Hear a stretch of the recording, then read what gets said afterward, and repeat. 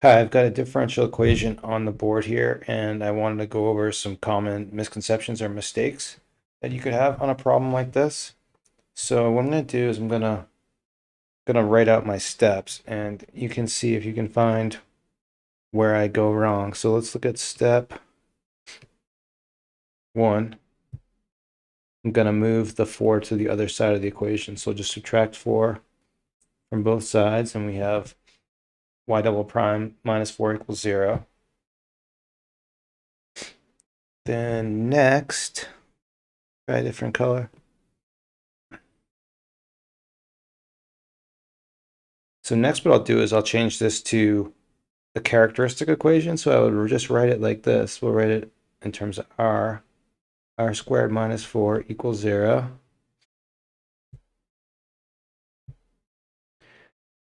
Then in step 3, we'll factor this. It's difference of squares. R plus 2, r minus 2 equals 0. And then we can solve for r and say r equals plus or minus 2. And so, by the way, right here we established this is a homogeneous second order equation. Then we'll go to step 4. Just be our solution. We'll write this as a solution of a homogeneous second order differential equation.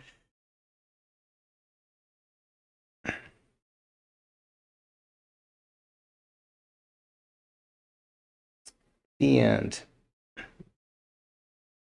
And what we'll find if we look at this, so here's what we'll do. Let's look at the derivatives of this and see if this is right. So, but first let's erase that line that doesn't belong there.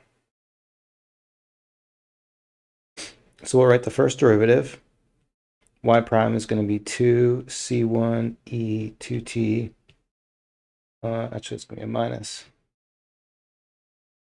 minus 2c2 e negative 2t.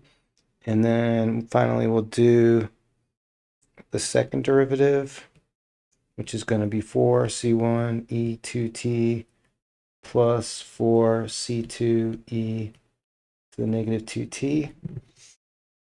And then just going back, plugging back in, let's plug this, our original equation. Original equation we had was, our original equation was y double prime equals 4. So all we need to do is then plug this thing in, and we're going to see 4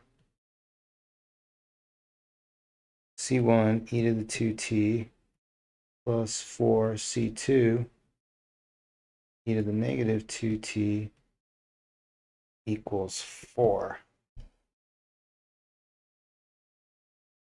The solution basically makes no sense at all, I would say. I think, I mean, it could be, the equation could have a solution at some point, but it's not really what we're looking for at all. So let me go back and show you where we messed up.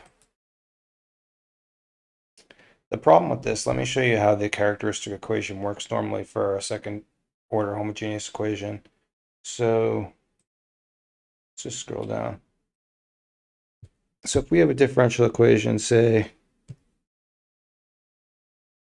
ay double prime plus b y single prime plus cy equals 0. And when we write our characteristic equation, we can write it like a r squared plus b r plus c equals 0. That's fine. But what we did, our mistake in this problem is we actually had something like, well,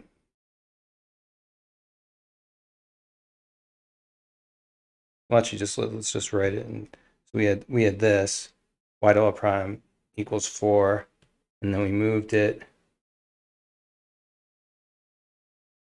to the 4 to the other side like that. But that's not in this format, because this c here has a y, and this 4 is just a constant. So saying that this is equal to this doesn't make any sense. It's not the same format. What we're doing when we turn it into, we're taking a term that has a y and we're making it into a constant. This is correct. This here is wrong. So we kind of just didn't follow the format of what has to happen with a characteristic equation, and it doesn't work at all that way. So what we actually have to do in this equation, let's do it the right way. What we can do is we can write this. You know what we can do is we can write it. Let's put the equation into, let's put the equation into this format. So how do we do that? Let's see, we'll start over again. We have y double prime equals 4. Instead of moving this to the left side, let's write out all the coefficients. So this is actually the same thing as saying y double prime, like our a is 1, plus 0. We've got no single derivatives. And we've got no factors of y equals 4.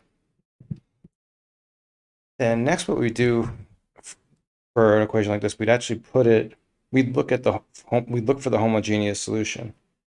So to do that, I'm just going to write out, I'm going to keep all these zeros just so that you can see the format it's in. I mean, of course, we could just ignore these. But then the characteristic equation is actually going to be r squared equals 0. And then the solutions to that are just obviously 0. So then when we write down our homogeneous solution, let's get rid of that. I'm still learning how to use this board. When we write down our homogeneous solution, we'll just do like YH equals C1 E0T plus C1. This is a repeat solution, so we include an extra T in there. But we don't need to be including these zeros. This is just 1. This is just 1. Oh, this is actually a 2 right here. Okay. So what we actually have is C1 plus C2T for our homogeneous solution. So now we're part of the way there, but what we didn't do is we're not accounting for this 4 yet. We have our equation set to 0. Okay, so then what do we do with this 4? Well, what this really is, this is an equation of undetermined coefficients. And it's just like the simplest example where we have a polynomial of, but our polynomial is just a constant. It's just like a degree 0 polynomial. And so what we do to estimate that, or to like guess at it, is our guess will just be a constant a. And the derivative of a is 0, and the second derivative is 0. But the problem with this guess is that this is completely redundant to what we already found. We already have a constant term. So there's no, it's totally redundant to guess a constant again. And the same thing, our second guess would be y equals at plus b, y derivative equals a, y second derivative equals 0. But that doesn't work either, because then essentially this is the same as what we have here. And so we're not adding anything that way either. So what we need to do is we need to, with undetermined coefficients, the same way we added a t here, you're always building up to a higher level with t, like you're adding another t, you're multiplying by another t. So what we would do then is we would estimate it. Let's try this. At squared plus bt plus c. And then we'll take the first derivative as 2at plus b, and the second derivative as 2a. Okay, and then what we could do, just get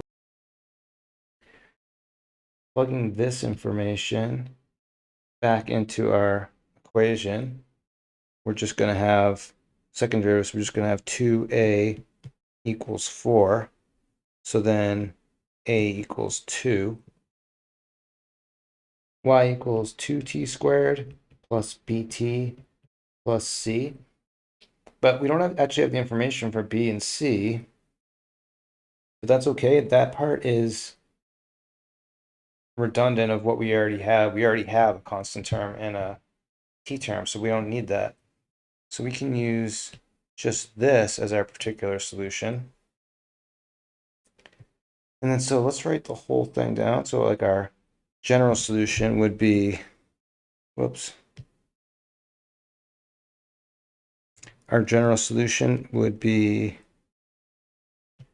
y equals c1 plus c2t plus 2t squared. And then I think so what you can see is if we just real quick, now if we differentiate this, it's going to be, that c1 term is going to be 0. This is going to be a c2. This is going to be a 4t. And then we get a second derivative, and it's going to be 0 plus 4.